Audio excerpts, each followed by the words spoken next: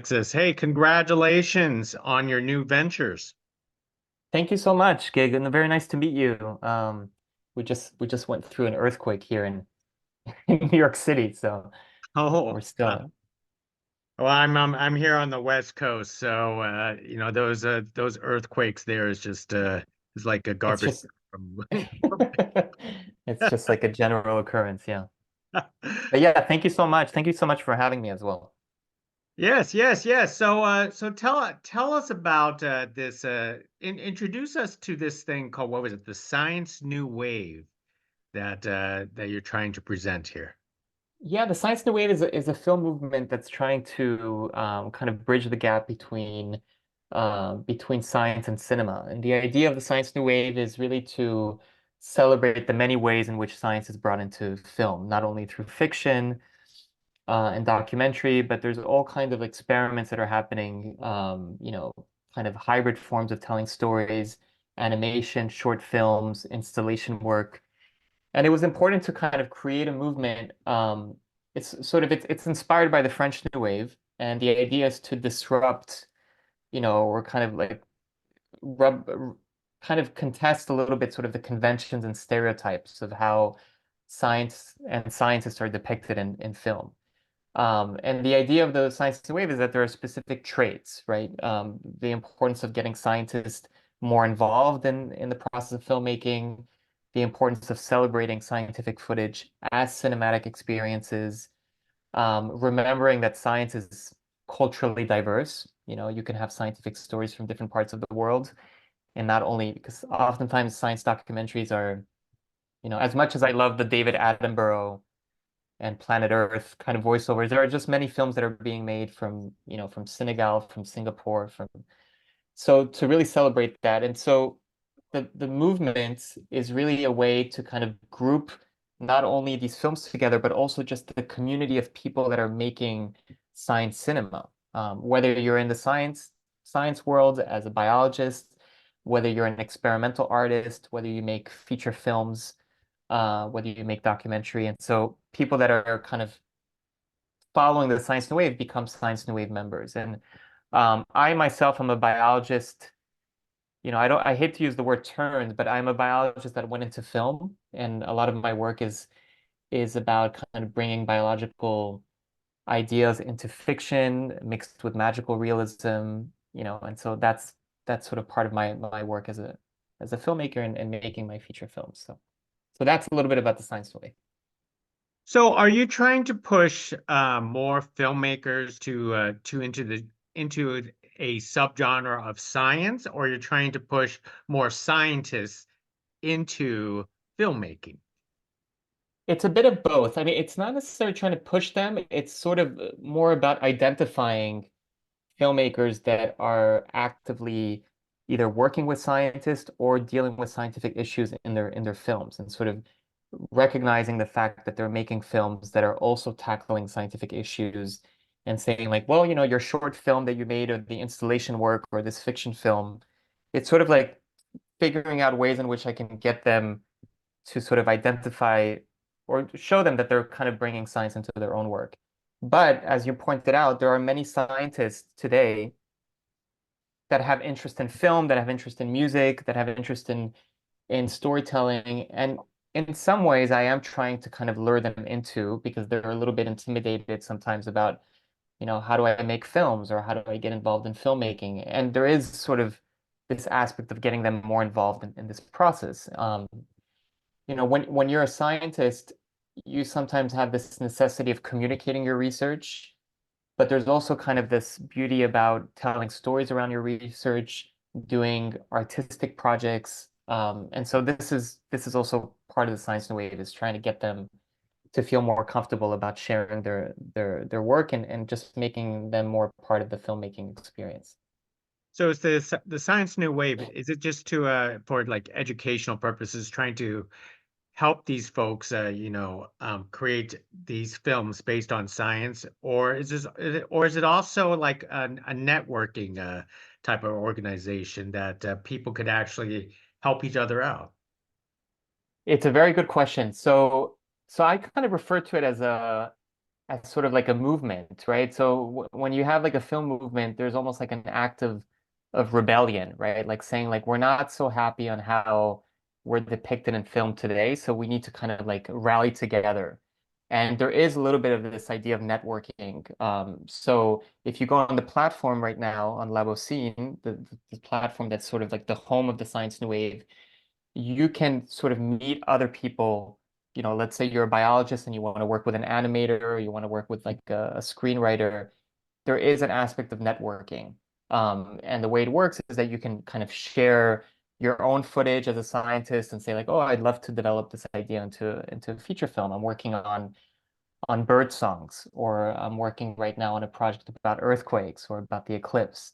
And a way of like realizing that there are many people out there that want to kind of network and either network and potentially collaborate would be sort of the goal of it. Education is a big part of what we do.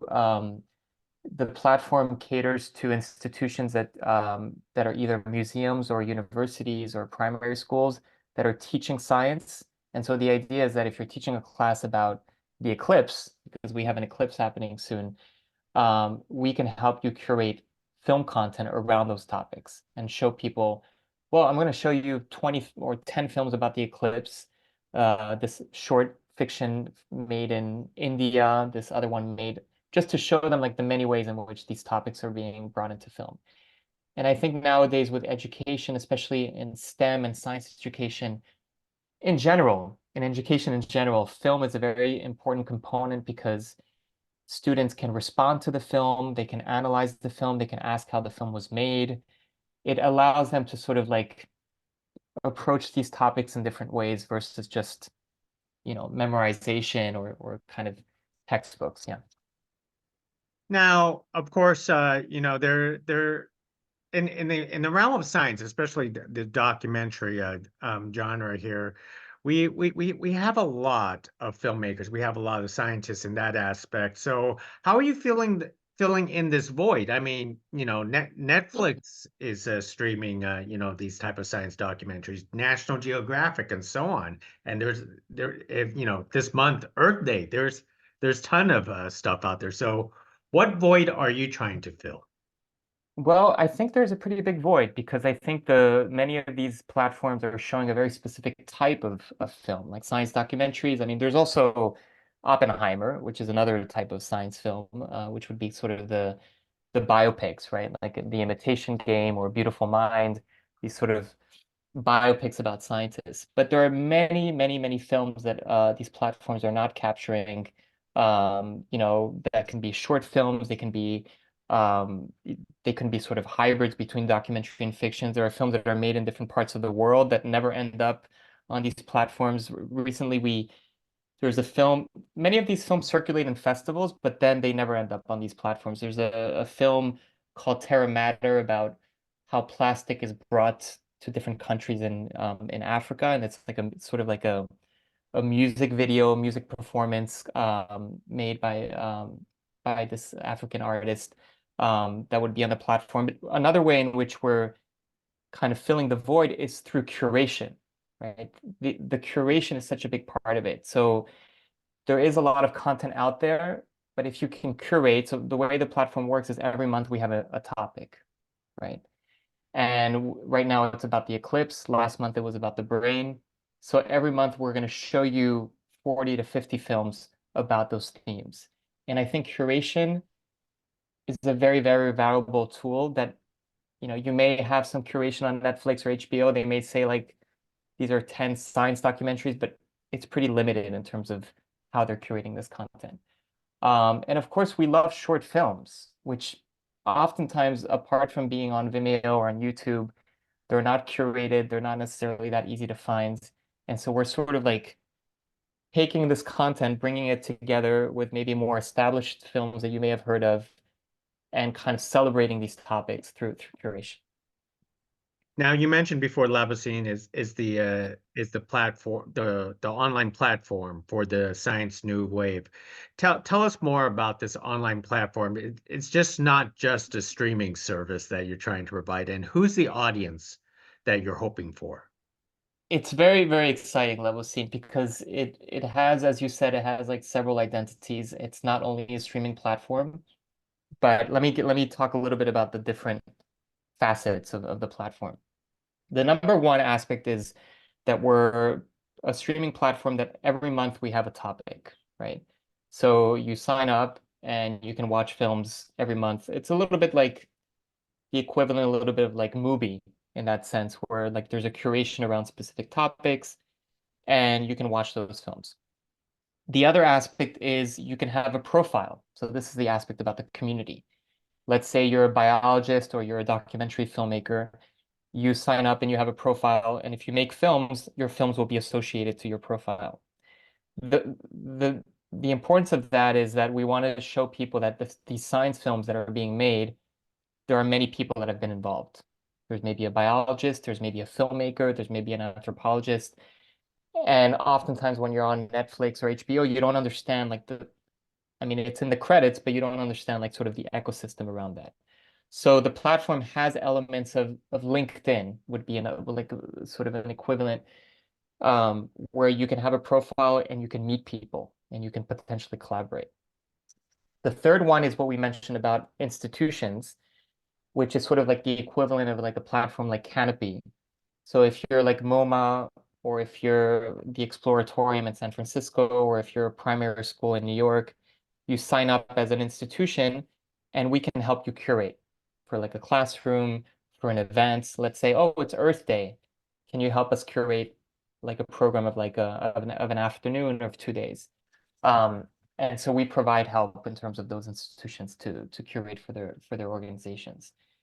And I think that those are sort of the main aspects of the platform, but some people only want to come there to watch films, which is understandable. Some people want to come there to collaborate, and some people want to come to the platform to help them curate for their specific organization. Are there fees to join the movement of the Science New Wave, or there fees to join the online platform Labocine? Yes, there are fees. And the fees, most of our sort of fees are also we're trying to help the distribution of some of these films. So every time we program like 50 films around the eclipse, we obviously pay the artists and distributors and all of these worlds. And by the way, before I get into the fees, many of these short films never really get that much distribution. You may have an educational distributor, but there's a lot of excitement from people that are making this content, not only to be part of the platform, but to be part of it within the larger context of all of these other films. You tell somebody your film has been selected for the Eclipse issue on Labocine, they get excited because they're part of like a bigger exhibit. So the platform is $3 a month or $30 a year. That's to basically either as a monthly subscriber, or as a yearly subscriber, and that allows you to basically access the streaming content. But if you want to just create a profile, like Gig, if you want to create a profile, there's no charge for that. Most excellent. And I understand as part of the Science New Wave, you guys also organize events like film festivals, perhaps? Yeah, we've been organizing a festival. The Labocine started the first sort of genesis of the idea is a film festival that's been running for 17 years. And that's actually how the platform was born, because we just realized how many people were coming to these events and the community. The Science New Wave Festival happens in October. This will be the 17th edition. We select around 60 to 100 movies. They basically screen in many venues around New York City. But of course, the Science New Wave also organizes monthly events. Yesterday, we just had an event in New York at this place called Union Docs, which is basically celebrating documentary arts. And we had a Magic Lantern show. One of our Science New Wave members was basically created a Magic Lantern show about cryptozoology. Do you know what cryptozoology is? Yeah, I do. Yeah, Yeah, so yeah, so it was basically these hand drawn sort of glass slides with a Magic Lantern show. And so we encourage our members. We have some members that are a little bit more active in the Science New Wave world, so they're referred to as luminaries, mhm. meaning that they are also organizing their own events, and so So that's sort of like the scope of it. And yeah, we're trying to encourage more and more people to sort of take the science new wave into their own sort of institutions and their own towns, their own cities. Yeah. Sounds like a very active movement for the science new wave and for yourself. So let's start to wrap things up. Is how do people join this movement? Do they just go to Labocine, or is there many different venues? So, I mean, basically the way, so the platform is sort of the home of the science new wave. So when you join, we send you an email and we also provide you with like the manifesto. So we kind of give you like a little bit like, this is the story about the science new wave, about the importance of scientific research merging with cinema. And so that's basically how you join. But if you go to any of our events, I mean, you're basically attending a science. But if you want to be actively involved, we also encourage people to email us. But it does begin with joining the platform. And once you join, you get a DNA sequence. So again, once you join, you'll get like a 12 new base pair DNA sequence that sort of identifies you as being part of the science new wave. And the films, I should mention, the films that are part of our annual festival get like a science new wave certificate, meaning that they are the films of the year that we consider to be the most bold, the most innovative in how they're bringing science into film. And so that allows us to sort of get the latest crop of science films every year. So Most excellent. Well, you said it well. This it's a great time to be living and breathing science, especially you in the few days from your vantage point. You guys get to see the eclipse, so we're all not jealous over it. in New York, 90%. Yeah, I'm getting ready to shoot with like a Bolex camera with a 16 millimeter. And obviously we just went through an earthquake, so it feels like, science is everywhere. So, Science is everywhere. Alexis, thank you very okay. much for speaking to us about the science new wave and Labocine, and hopefully we'll have a chance to do this again with you. Yeah, I'm very, very grateful. Thank you so much for having me. Thank you.